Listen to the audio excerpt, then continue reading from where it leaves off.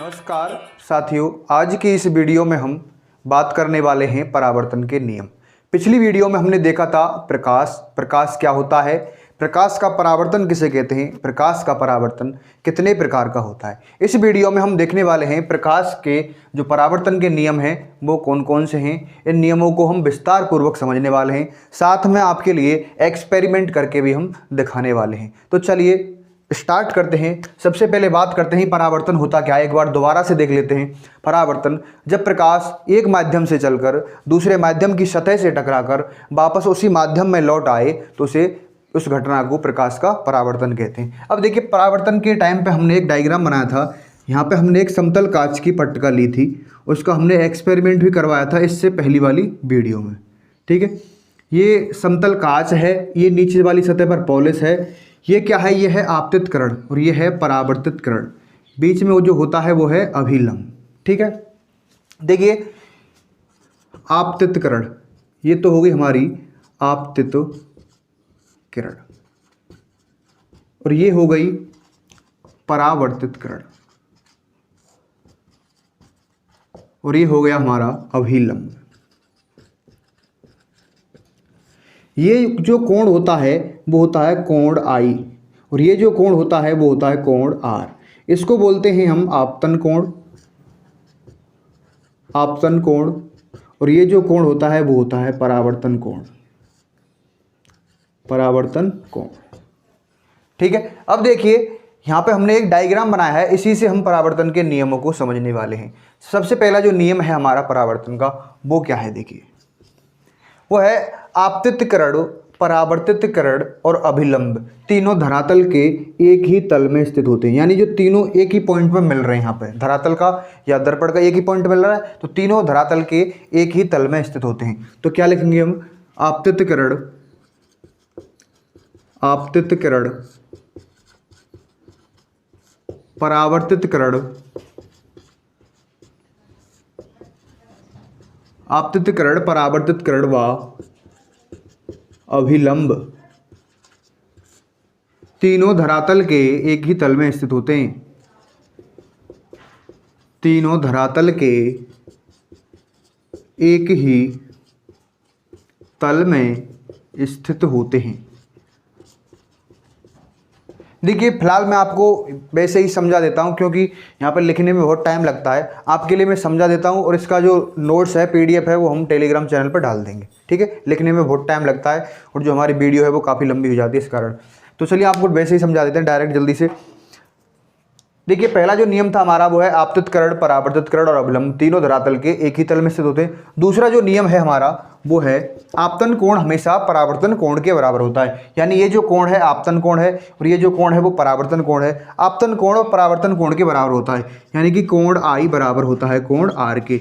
आपतन कोण परावर्तन कोण के बराबर होता है। तीसरा जो नियम है वो है जो परावर्तित किरण है, यानी कि ये जो चाल है, ये चाल ये जो किरण है जिस चाल से आएगी, जिस वेग से आएगी, उसी वेग से जो परावर्तित किरण है वो निकल जाएगी। इसका मतलब जो तीसरा नियम है वो है परावर्तित किरण की, परावर्तित किरण की चाल व आवृत्ति में कोई भी परिवर्तन नहीं होता है, कोई भी परिवर्तन नहीं होता है। दोबारा से देख लीजिए एक बार, जो हम परावर्तन के नियम पढ़ रहे हैं, परावर्तन के नियम क्या होते हैं। सबसे पहला जो नियम है वो है आपतित किरण, परावर्तित किरण और अभिलंब तीनों धरातल के एक ही तल में स्थित होते हैं। दूसरा जो नियम है कोण आई बराबर कोण आर, यानी कि आपतन कोण का मान हमेशा परावर्तन कोण के बराबर होता है। यदि आपतन कोण का मान 45 डिग्री है तो परावर्तन कोण का मान भी 45 डिग्री ही होगा। उसके बाद में जो तीसरा नियम है वो है परावर्तित किरण की चाल व आवृत्ति में कोई भी परिवर्तन नहीं होता है। तो दोस्तों आप इसको लिख सकते हैं या फिर स्क्रीनशॉट ले सकते हैं।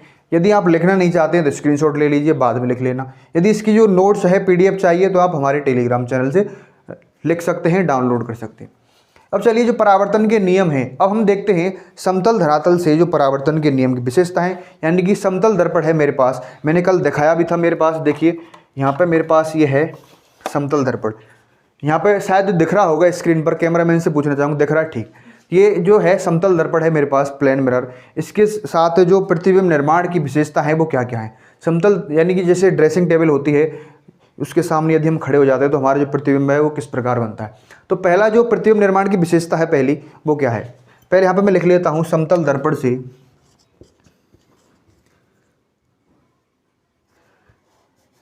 चलिए हम थोड़ा सा इस टॉपिक को डीपली लेते हैं।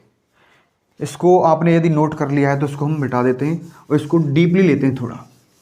सबसे पहले हम ये देखते हैं कि दर्पण होता क्या है, ठीक है, उसके बाद में हम समतल दर्पण के बारे में बात करेंगे। सबसे पहले बात करते हैं दर्पण। ये क्या दिख रहा है यहाँ पे, ठीक, दर्पण।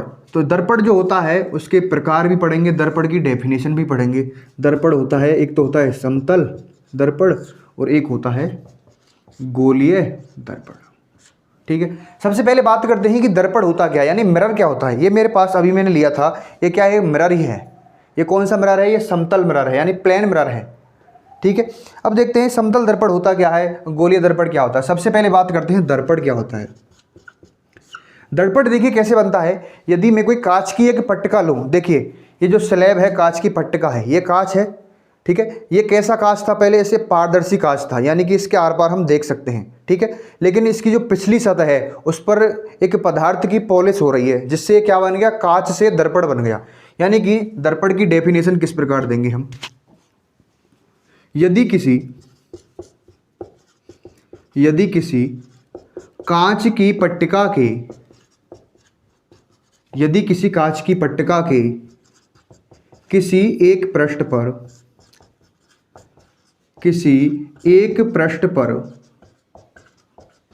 परावर्तक पदार्थ, देखिए परावर्तक पदार्थ मैंने कल भी बताए थे, आज ही बता रहा हूं। परावर्तक पदार्थ कौन कौन से हो सकते हैं, जैसे निकेल है, या फिर चांदी है, या फिर रेड ऑक्साइड है, ठीक है। यदि किसी कांच की पट्टिका के किसी एक पृष्ठ पर परावर्तक पदार्थ की पॉलिश कर दी जाए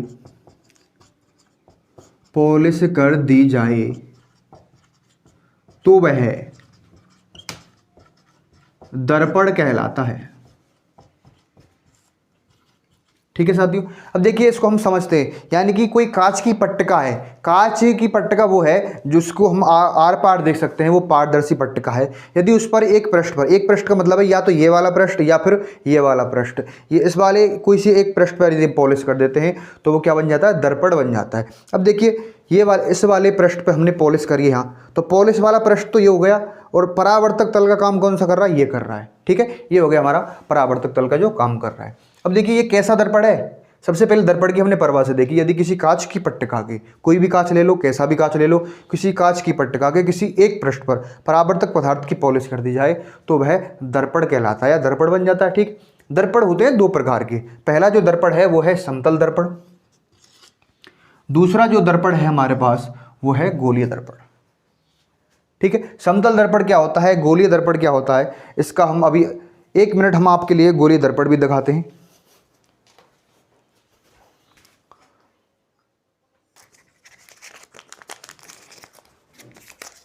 तो देखिए साथियों, ये तो मेरे पास था पहले, ये तो था समतल दर्पण, ये है गोलीय दर्पण। अभी इनको हम विस्तार से पढ़ने वाले हैं अभी थोड़ी देर में। तो देखिए यदि किसी कांच की पट्टिका के किसी एक पृष्ठ पर परावर्तक पदार्थ की पॉलिश कर दी जाए तो उसे दर्पण कहते हैं। दर्पण हो गए हमारे दो प्रकार के, पहला है समतल दर्पण। अब समतल दर्पण की परिभाषा सेम यही है, लेकिन हमने एक चीज़ ऐड करनी है बस। यदि किसी, यहाँ पर जो कांच है उससे पहले एक शब्द जोड़ना है बस, ओनली समतल, और बाकी की पूरी डेफिनेशन यही रख दो सेम। और यहाँ पर एक शब्द जोड़ देंगे समतल, यानी प्लेन मिरर, समतल। ये हमारी जो डेफिनेशन है वो किसकी हो गई, वो हो गई समतल दर्पण की। देखिए किस प्रकार डेफिनेशन देंगे, यदि किसी समतल कांच की पट्टिका के किसी एक पृष्ठ पर परावर्तक पदार्थ की पॉलिश कर दी जाए तो उसे क्या कहते हैं, हम समतल दर्पण कहते हैं। यानी मेरे पास ये क्या है, समतल कांच की पट्टिका, प्लेन है, देखिए बिल्कुल एकदम प्लेन कांच की पट्टिका है। मैंने क्या किया, एक पृष्ठ पर इसके पे क्या कर दी, पॉलिश कर दी नीचे वाले पे, तो ये क्या बन गया, समतल दर्पण बन गया, यानी प्लेन मिरर बन गया मेरा, ठीक है। ये क्या बन गया, समतल दर्पण। अब यदि बात करते हैं हम गोलीय दर्पण की, जो गोलीय दर्पण होता है वो क्या होता है, सबसे पहले गोलीय दर्पण की डेफिनेशन देखते हैं। जो गोलीय दर्पण होता है वो दो प्रकार का होता है। पहला होता है उत्तल दर्पण और जो दूसरा होता है वो होता है अवतल दर्पण। चलिए उत्तल अवतल दर्पण को बाद में देखते हैं, सबसे पहले गोलीय दर्पण की डेफिनेशन देखते हैं। यदि किसी कांच के खोखले गोले, देखिए ये तो गोलीय दर्पण बनता है, मैं दोनों दर्पणों को ले लेता हूं एक बार। ये देखिए,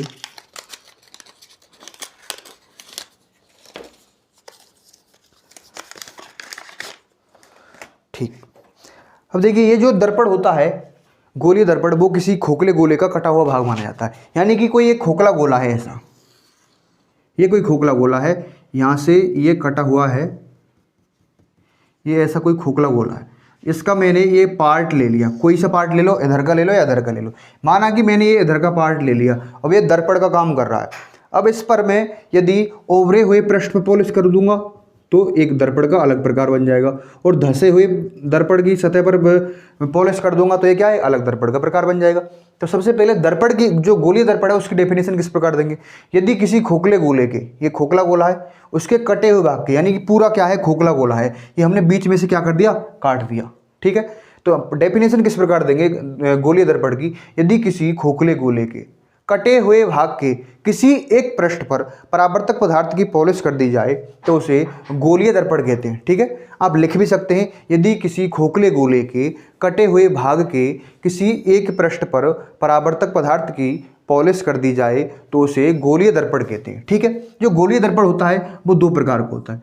अब मैंने अभी बोला था कि किसी एक पृष्ठ पर पॉलिश कर दी जाए, माना कि मेरे ये जो गोलीय दर्पण है मैं इसका अब आधा भाग ही ले रहा हूँ, ठीक है, ये आधा ही भाग ले रहा हूँ। इसके जो पृष्ठ पर तो मैं उभरे हुए पर पॉलिश कर रहा हूँ और इसके पृष्ठ पर मैं धसे हुए पर पॉलिश कर रहा हूँ, ठीक है। मैंने बोला था किसी एक पृष्ठ पर, यदि मैं इसके उभरे हुए भाग पर पॉलिश कर रहा हूँ, यदि उभरे हुए भाग पर पॉलिश कर रहा हूँ तो ये कौन सा दर्पण कहलाएगा, ये कहलाएगा अवतल दर्पण।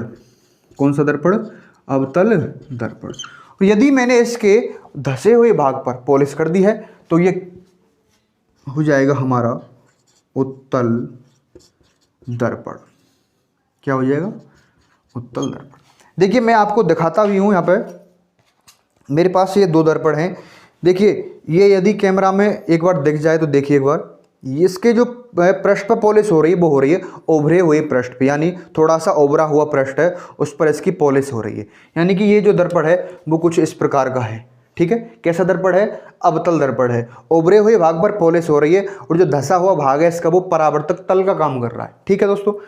यहाँ पे ये दर्पण कुछ इस तरीके का है। देखिए इसका जो उभरा हुआ भाग है वो तो परावर्तक तल का काम कर रहा है, लेकिन इसका जो धसे हुए भाग पे क्या हो रही है, पॉलिश हो रही है, और धसे हुए भाग पर पॉलिश हो रही है।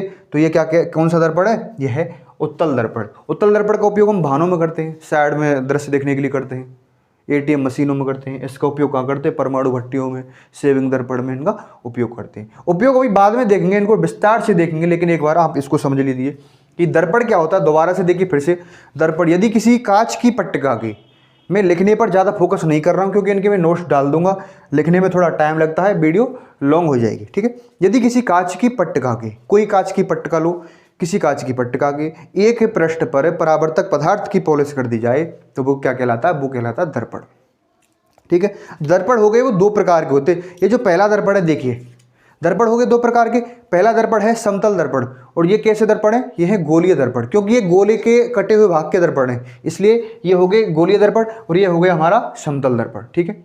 समतल दर्पण की डेफिनेशन किस प्रकार देंगे। यदि किसी समतल कांच की, देखिए बिल्कुल प्लेन कांच की पट्टिका है, किसी एक पृष्ठ पर परावर्तक पदार्थ की पॉलिश कर दी जाए तो उसे क्या कहेंगे, हम समतल दर्पण कहेंगे। चलिए समतल दर्पण हो गया खत्म, ठीक है।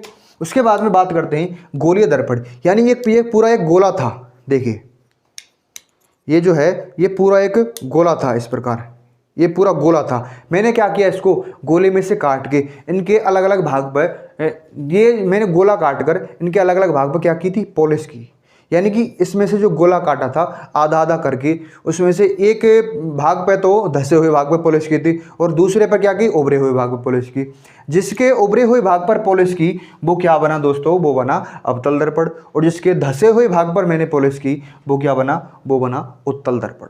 तो आशा करता हूँ ये मैंने जो आपको बताया है वो आपको समझ में आया होगा थोड़ा बहुत। ठीक है, अब बात करते हैं समतल दर्पण से जो प्रतिबिंब निर्माण है। समतल दर्पण ये देखिए जो ड्रेसिंग टेबल के काम आता है, यह है समतल दर्पण।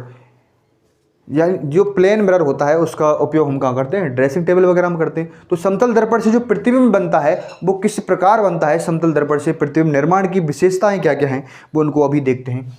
मैं इनको थोड़ा सा इरेज करता हूँ और देखते हैं। अभी दोस्तों वीडियो बनाने में काफ़ी मेहनत लगती है, आपके लिए तरह तरह के मैं एक्सपेरिमेंट करता रहता हूँ, इसलिए यदि वीडियो पसंद आती है तो एक लाइक ज़रूर करें और एक प्यारा सा कमेंट ज़रूर भेजें। अब देखिए बात करते हैं हम समतल दर्पण से प्रतिबिंब निर्माण की विशेषताएं। समतल दर्पण से प्रतिबिंब निर्माण की विशेषताएं, निर्माण की विशेषताएं।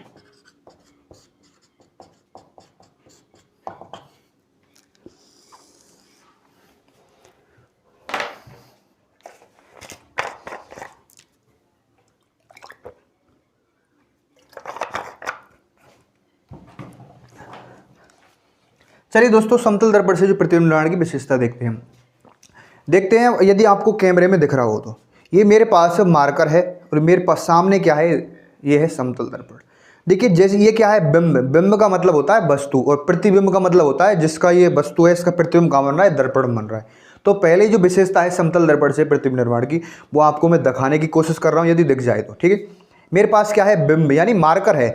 मैं मार्कर को इसमें देख रहा हूँ, देखिए मैं इसमें देख पा रहा हूँ मार्कर को। जैसे जैसे मैं इसकी दूरी बढ़ा रहा हूँ, यानी कि ये जो मार्कर है, सबसे पहले मुझे ये जो मार्कर है कितना बड़ा दिखाई दे रहा है, यानी जितना जो मार्कर है उतना ही इसका फोटो यानी प्रतिबिंब बन रहा है। यानी कि जो बिंब है, पहली बात तो ये है बिंब का जो आकार है, बिंब आकार शॉर्ट में लिख देता हूँ, बिंब का आकार वो बराबर है कई के, किसके, प्रतिबिंब आकार के। यानी बिंब का जो आकार है, यानी बिंब जितना बड़ा होगा प्रतिबिंब भी उसकी का उतना ही बड़ा होगा, पहली बात।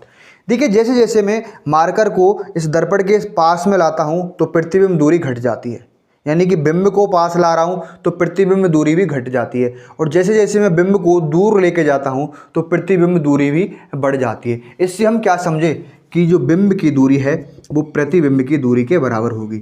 क्या होगी, बिंब दूरी बराबर प्रतिबिंब दूरी। ठीक है दोस्तों, यानी कि मेरे सामने जैसे ड्रेसिंग टेबल रखी है, मैं उसके पास में जाऊंगा आगे तो उसमें जो मेरा प्रतिबिंब है वो पास में आता चला जाएगा। जैसे मैं दूर जाऊंगा तो उसका प्रतिबिंब दूर बनता चला जाएगा। जैसे मेरी हाइट का मैं कौन हूँ, बिंब हूँ। मैं यदि दर्पण के सामने खड़ा हूँ तो मेरे आकार का ही जो प्रतिबिंब है वो उसमें बनेगा। ये नहीं है कि मेरे आकार से कुछ छोटा बन जाए या बड़ा बन जाए, बिल्कुल एग्जैक्ट मेरे आकार का उसमें क्या बनेगा दोस्तों, प्रतिबिंब बनेगा। अब देखिए जो तीसरी बात है वो है पार्श्व परावर्तन। ये क्या होता है पार्श्व परावर्तन? तीसरी जो विशेषता है समतल दर्पण से वो है पार्श्व परावर्तन। यानी जैसे ही हम समतल दर्पण के सामने खड़े होते हैं, जैसे ये समतल दर्पण है और इसके सामने हम खड़े हो गए, तो समतल दर्पण में जो हमारा प्रतिबिंब है वो हमारा जो लेफ्ट पार्ट है वो राइट दिखता है और राइट पार्ट है तो वो क्या लेफ्ट दिखता है। यानी कि हमारा जो बिंब है उसका बायां भाग तो दिखता है दायां और दायां भाग दिखता है बायां। ठीक है, इस घटना को ही हम पार्श्व परावर्तन की घटना कहते हैं। यानी समतल दर्पण में दायां भाग तो क्या दिखता है दोस्तों, दायां भाग दिखता है बायां और बायां भाग दिखता है दायां। ठीक है, समतल दर्पण के सामने किसी बिंब का बायां भाग दायां और दायां भाग बायां दिखाई देता है। इसी घटना को हम क्या कहते हैं दोस्तों, पार्श्व परावर्तन की घटना कहते हैं। तो आशा करता हूं ये भी आपके लिए अच्छे से समझ में आया होगा। आप चाहें तो स्क्रीनशॉट ले सकते हैं या फिर इसको नोट कर सकते हैं। चलिए अब देखते हैं हम इसके आगे, अब चलते हैं समतल दर्पण से जो प्रतिबिंब है वो कैसे बनता है, उसकी दूरी क्या है। देखिए एक इससे संबंधित एक न्यूमेरिकल भी करा देते हैं। यानी कि ये कोई दर्पण है, हमने यहाँ पे कोई दर्पण रखा है, इसकी हमने पॉलिश कर दी तो ये कौन सा दर्पण हो गया, समतल दर्पण हो गया। यहाँ पे कोई बिंब है हमारे सामने, ये है, ये कोई बिंब है तो ये भी इसी के सामने क्या बन जाएगा दोस्तों, प्रतिबिंब बन जाएगा। देखिए इस घटना को हम प्रैक्टिकली समझेंगे, एक बार आप इधर देखिए। ठीक है, जैसे ये कोई बिंब है, इसको लिख देता हूँ बिंब और ये है प्रतिबिंब। बिंब। देखिए ये जो बिंब है, यदि इसका आकार इतना है तो प्रतिबिंब का आकार भी इतना ही है, ठीक है। यदि हम इसको क्या करते, थोड़ा बड़ा करते हैं, इसी के आकार, ठीक है, इसी के आकार का क्या बन गया, प्रतिबिंब बन गया। यदि दर्पण से बिंब की दूरी 10 सेंटीमीटर है तो प्रतिबिंब की दूरी भी कितनी होगी, 10 सेंटीमीटर भी होगी, ठीक। अब इससे संबंधित कुछ सवाल पूछे जाते हैं, कभी कभार सवाल पूछ ले जाते हैं। तो देखिए सवाल किस प्रकार पूछे जाते हैं कि समतल दर्पण के सामने कोई बिंब, देखिए समतल दर्पण के सामने कोई बिंब 10 सेंटीमीटर की दूरी पर रखा है तो प्रतिबिंब कितनी दूरी पर बनेगा, प्रतिबिंब दर्पण से कितनी दूरी पर बनेगा या फिर प्रतिबिंब बिंब से कितनी दूरी पर बनेगा। तो देखिए यदि पूछता है दर्पण से दूरी, दर्पण से प्रतिबिंब की दूरी, दर्पण से जो प्रतिबिंब की दूरी होगी वो तो 10 सेंटीमीटर ही होगी, ठीक है, 10 सेंटीमीटर। यदि पूछ ले बिंब से प्रतिबिंब की दूरी, तो देखिए दोस्तों 10 सेंटीमीटर तो ये रहा और 10 सेंटीमीटर ही ये रहा, तो क्या हो जाएगा इसका जस्ट डबल यानी 20 सेंटीमीटर। तो क्या हो जाएगा, बिंब से प्रतिबिंब की दूरी, प्रतिबिंब की दूरी बराबर कितनी हो जाएगी, 10 + 10 यानी कि टोटल मिला के 20 सेंटीमीटर यहाँ की ये दूरी हो जाएगी। अब एक न्यूमेरिकल हम इससे संबंधित समझते हैं। ये जो प्रकाश का जो हमने परावर्तन पढ़ा था अभी जस्ट, उससे संबंधित कुछ सवाल कर लेते हैं। उससे संबंधित कई बार एग्जाम में, बोर्ड के एग्जाम में भी, कंपटीशन के एग्जाम में भी सवाल पूछ लिए जाते हैं, तो उसको हम एक बार जल्दी से देख लेते हैं। देखिए ये कोई डायग्राम है, ये डायग्राम है, यहाँ से ये कोई दर्पण है, समतल दर्पण, उस पर कोई किरण आपतित हो रही है, ये रही, ये है आपतित किरण, ये है परावर्तित किरण, ये है अभिलंब। इसका जो कोण है 45 डिग्री दिया हुआ है हमारे लिए, तो आपको ये कोण ज्ञात करना है, यानी कि कोण आई। तो हम परावर्तन के नियम से क्या जानते हैं दोस्तों, परावर्तन का जो नियम है हमारा वो कहता है ये तो है कोण आई और ये होता है कोण आर हमारा, ये है आर। और हम परावर्तन के नियम से जानते हैं कौन सा नियम, परावर्तन का जो दूसरा नियम है, ठीक है, आपतन कोण परावर्तन कोण के बराबर होता है, वो क्या होता है, कोण आई बराबर कोण आर।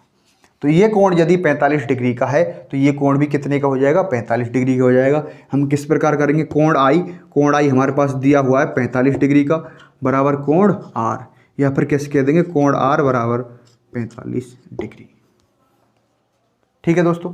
अब देखिए इसी सवाल को हम थोड़ा सा घुमा देते हैं।